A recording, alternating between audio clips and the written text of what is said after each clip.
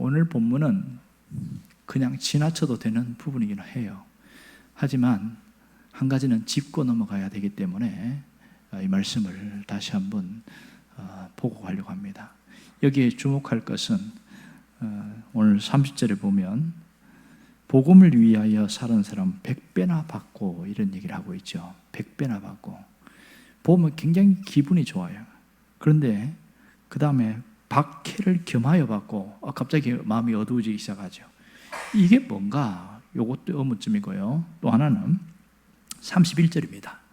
먼저 된 자로서 나중되고 나중된 자로서 먼저 될 자가 많다.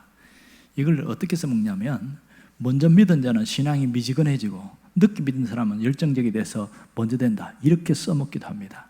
과연 그 해석이 맞냐는 거예요. 이 부분을 오늘 다루려고 합니다.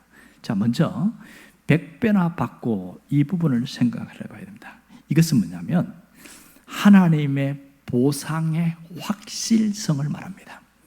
당시에 이스라엘 문화에서 100배는 꽉 찬 수예요. 꽉 찼어요. 하나님이 보상하는데 100배라는 단어는 숫자적인 의미보다 하나님의 보상이 반드시 있다, 그 얘기를 하고 있습니다. 그러니까 만족스럽게 보상하신다. 그럼 박해는 받고, 이건 뭐냐? 내가 영생을 지키기 위해서 예수 믿는 것을 사수하기 위해서 살아가다 보면 때로는 어려움도 당한다는 거예요. 타협을 하지 않으려고 하다 보니까 어려움을 당한다. 그걸 극대화시키니까 박해를 받고 이렇게 이야기합니다. 이해되시죠? 신앙으로 살아가는데 마냥 좋은 일만 있는 건 아니에요. 어려움도 반드시 있습니다. 그러나 그 신앙을 지키는 걸 하나님이 기억하시고 반드시 보상하신다, 그 얘기입니다. 그러면 31절에 나오는 먼저 된 자는 나중되고 나중된 자는 먼저 된다. 이건 뭐 어떻게 해야 되냐? 이것은 예수를 먼저 믿은 사람들이 나중된다, 그런 뜻이 아니에요. 신앙을 지키기 위해서 몸부림친 자가 나중된 자라는 뜻입니다. 순서의 문제가 아니에요. 이해되시죠? 다시 말해서 자기의 눈앞의 이익 때문에 신앙을 잃어버린 자가 먼저 된 자라는 겁니다.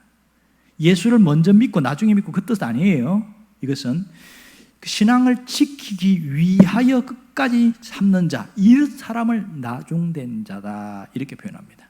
이해되셨나요? 내가 끝까지 신앙을 지킬 때 하나님이 먼저 되게 하신다. 하나님이 먼저 보상하신다. 그렇게 받아들이면 됩니다.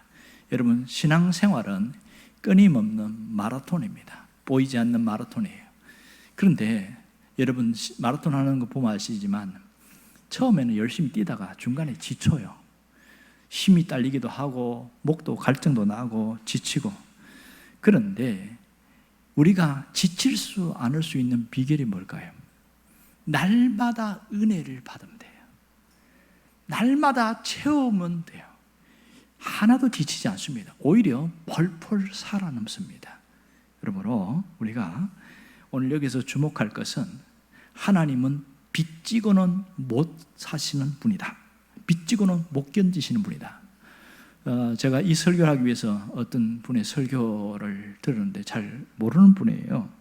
서울신흥교회 김철중 목사님인데 제가 설교하려고 하고 저는 방향은 다르긴 한데 쭉 설교를 들어보니까 제목이 너무 멋있어서 그대로 따왔어요. 빚지고 못 견디시는 하나님. 제가 그래서 그 제목을 따왔어요. 내용은 전혀 다른 부분입니다. 거기서 뭔 얘기하냐면 하나님은 성도들이 신앙생활을 바르게 하려고 할 때 하나님에게 저는 빚을 갚아야 되겠다, 그런 생각을 하시고 하나님이 쏟아 부어 주신다는 거예요. 근데 그런 얘기를 간증 섞어 갖고 쭉 이야기를 하는데 결국은 하나님이 그것을 보상하신다, 그게 제가 깨달은 거였습니다. 하나님 오늘도 우리에게 이렇게 갚으시는 하나님입니다. 여러분이 마지막까지 믿음의 승리자가 되기를 주의 이름으로 축원합니다. 기도하겠습니다.